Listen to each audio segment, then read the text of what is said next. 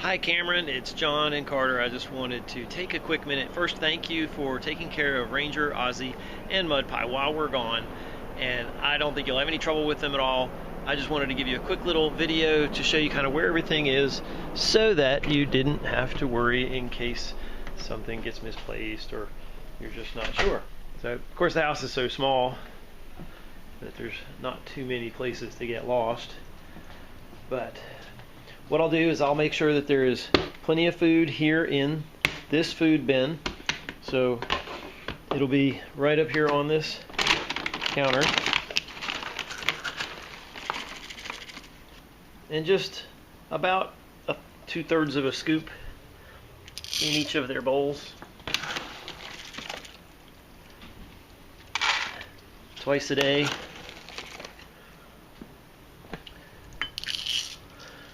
Once in the morning, if you can, or anytime during the mid part of the morning. I will always make sure that I have at least one can, and I'll make sure that the cans are out for you. Now I just use a butter knife. I'll make sure that there's butter knives out. And they will love this, and they will love you for it. We don't give them much, literally just a little bit of a scoop with the knife. This is a little bit less than what I usually give them for breakfast just because it's kind of a midday snack. And they don't usually get a midday snack, but I wanted to make sure that they had something for performing for us while we're doing the video. So a little bit more than that, but one of these cans will usually last at least a week, but there is a whole bunch more of them right above the sink. There'll be snacks, so there should be plenty of them up here. If in case I forget to put one out, they live up here. Okay, so that's for their food. So for water, actually I'll have this right out here for you, and it's just this 1 glass tumbler. When it gets low, and you'll usually hear if the water is making a lot of noise. That one's Ozzy. He's got his collar on now, so you'll see that Ozzy has a collar. Ranger does not have a collar. But because the water is just a little bit low, I'll go ahead and add it in there. And as long as you're watching the level, you don't want to overfill it. But I usually put in a full one of those about once a day, at least once every other day. And then in here, pull this aside, and this is where the glove or the brush. The glove is fun. Ranger absolutely loves it. The brush, Ranger will absolutely love this as well. Of course, he's eating now, so he's going to be annoyed with me. So that's Ozzy because he's got the collar. He doesn't care too much for the brush, but Ranger loves the brush. He's being distracted even from his food with the brush. And you don't have to do this, but the more you brush him, the more he'll love you. He'll get a lot of fur on there, so that's not a whole lot, but that's where these are, is just hanging right up here. If for some reason there's a mess, maybe at the litter box or anything else, this is where my broom stays, is right next to the washing machine. It just kind of fits in the little slot there. And then inside of here are where I keep all my baggies. My baggies, of course, are for the big project here, which is so here. Hopefully you can see this in the video. I just go with this, whatever's simple for you. When you put it back on, if it falls back off, whatever you can do to I just loop it under and then attach it, and it's just enough to keep the doors closed. Oops. But in here, first thing you got to do is make sure when opening up the bag that there's no holes in the bottom of it. This one actually looks just fine. And I've already scooped the box for today, so there's not a whole lot in here, but there is certainly some to collect. And if you do this once a day, it shouldn't.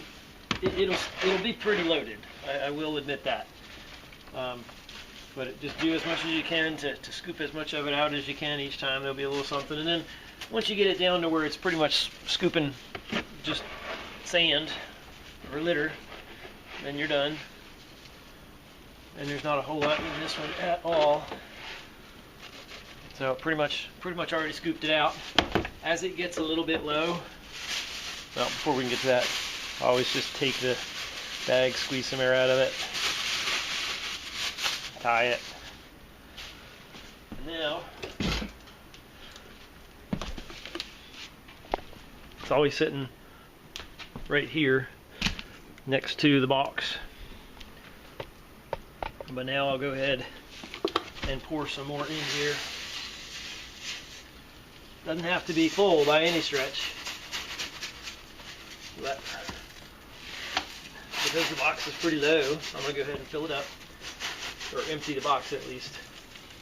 And that's full. I don't know if you can see that really well, but there's enough in there to accommodate all their needs. That's pretty much full. Now, move these out of the way. Close it up. And now it's closed up. So for garbage, now I'm going to go ahead and, because that box is empty, I actually take care of my cardboard. So if you do end up with an empty one of these, don't worry about throwing it in the trash. Again, here we're at the door, and I want to make sure that nobody gets out. So the door, I'll have to make sure to get closed real fast. But I'll have a trash can right here on the back porch, which would be perfect for the baggies. And then if you have any boxes, which probably wouldn't have one, that's where it'll go. Put them back in, make sure to scoop them so they don't at risk of getting out. And now I can see there's one, there's two. The other one is there. Yay, all three of them are still here. So that's pretty much it. I don't think you'll have any surprises. I'm sure that you'll do fine. I really appreciate your taking care of everything. Everything is really small. When they hear you, particularly when they hear you getting into the food, morning or afternoon, they will come to you, almost certainly. So I have a feeling that as soon as you come in, particularly once they get used to you, that you'll be able to find them really, really quickly. When you do come in the front door, occasionally one of them might be hiding in this little spot. That's the most risky place for one of them to be sitting.